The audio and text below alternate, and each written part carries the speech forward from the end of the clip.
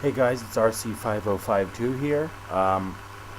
This video is just a small little quick tutorial on how to make avatars, preferably the ones that me or Calric or a couple other people make in for the Minigore forums. A lot of people wanted to know what programs I use. I use Gimp.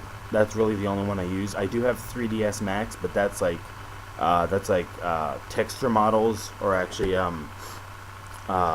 basically 3D models, and that doesn't really apply to this.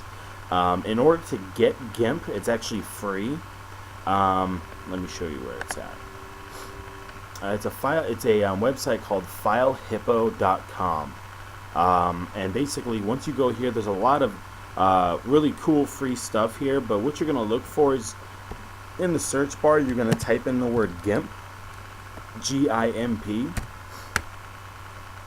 Then there's going to show a couple options here. One of them is going to say the GIMP 2.6.8. Go ahead and click on it. It's going to give you a description of what GIMP is like, what it can do, stuff like that. There's screenshots in case you want to see it. But what you're going to do is on the right hand side of your screen, you're going to want to click on an option that says download latest version. Once you click that, a option should come up that says thank you, your download will start automatically. Me, I'm going to discard it because I already have GIMP, so there's no point. But what you're going to basically do is download it. Obviously, once it gets to your desktop, you're going to install it. When it's done installing, you can either restart your computer or you don't have to. Then you're going to open up Gimp. The logo for GIMP is going to look like a little weasel guy. I'm going to go ahead and open up GIMP right now. A lot of times when you open up GIMP, especially when you first start to use it, a lot of times it takes a while for it to open. So if for some reason you're waiting 5 minutes and it's still not opening, just give it time, because what it's trying to do is it's trying to pull up the data files, and then more than likely it's also trying to pull up the fonts. I have a few more fonts in there than I normally do. So, but as you can see right here, this is what GIMP looks like. There is a little template here, and there's a toolbox. The template, you're not going to really use this one. It's just there just because. I'm going to open up an avatar that I previously have. Let me go ahead and find me John Gore. You know what? I will use John Gore's head. Now, the couple of tips I'll show you aren't really, really big tips, but I figured, just show you a little bit at a time, just so you can practice with it. So by the time I release another video, hopefully you'll have it down by then. In order to zoom in, you can hold Control on your keyboard and then scroll your little scroll wheel, if you have a mouse that does that, up and down, and it'll zoom in or out. The things I'm going to show you today is how to make your background transparent, and how to change colors. Just those two for today. There's a couple tools here that are really good. The first one I'll show you, it's over here. It's called the Free Select tool. It looks like a little lasso. When you select that, it'll give you the option to select something specific. Like right now, I'm going to select his ear, and all I'm going to do is click down the left mouse clicker and basically just draw around the exact edge of his ear. You can always let go of the left clicker and then, point and click.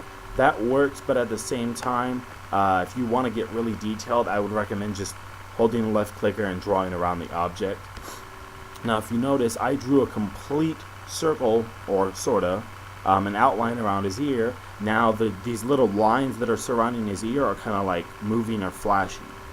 Well, in order to make the background like it is here, the little checker box, that means that there's no background. So in order to make your avatars just be the outline of your character with no white or black background, what you're going to do is, once you have this ear selected, you're going to go up to the top, and there's going to be an option that says layer. Now once you're in layer, you're going to scroll down to an option that says transparency. Now I have this already selected, but it's an option that says add alpha channel. Make sure you select that first. I already have mine selected. Then you're going to go to an option, it's called edit, at the very top. Once you go to edit, you're going to scroll down till you find an option that says clear. You can also use the delete button. Go ahead and hit clear. Now if you notice, his ear is gone. It's transparent, so you can basically completely see through it. Now if you notice, these lines are still moving. Now if you save this, all it's going to save is what's inside that outline. In order to get rid of that outline, select an option that says the rectangle select tool in your toolbox, and anywhere just click it once. Just while you have that rectangle box selected, just click anywhere with your left mouse clicker, and if you notice, it is completely gone. Okay, now I'm going to go ahead and just show you how to change eye color. I'm going to use his eyes for this one. So what we're going to do is we're going to use the free select tool again, and what we're going to do is we're going to select just his eye. Like I said, definitely take your time with this. I'm kind of rushing it, but overall, take your time with this, because the more you take your time, the better you're going to feel about whatever project you're doing. That's why a lot of people, when they ask me for avatars, I tell them it'll take a day or two, just because one, I may be busy, two, I may not be in the mood because I do this at school all day, or I just may want to make it a really good version, so it may take a little while.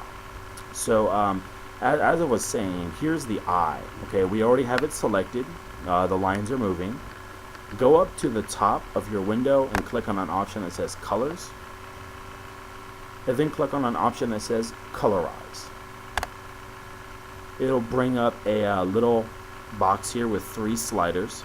The top slider is for changing the color, which you can hardly see right now, but overall it changes the colors. Saturation decides on how bright the color is or how gray the color is. So if you don't want a really bright, like red eye, you can use that. Lightness makes it lighter and darker. Now obviously I don't want to make it darker, I want to make it a little lighter. And then I'm going to change the saturation of it, and then we're going to go ahead and make him have a red eye. Now the red eye selected, you're going to want to go ahead and select the rectangle select tool, click anywhere, and now his eye is red. Of course there is some area where it's black, but there's a lot of tools on here to fix that. Like if you notice, it doesn't even look like black was there anymore. I use the tool called the blur and sharpen tool.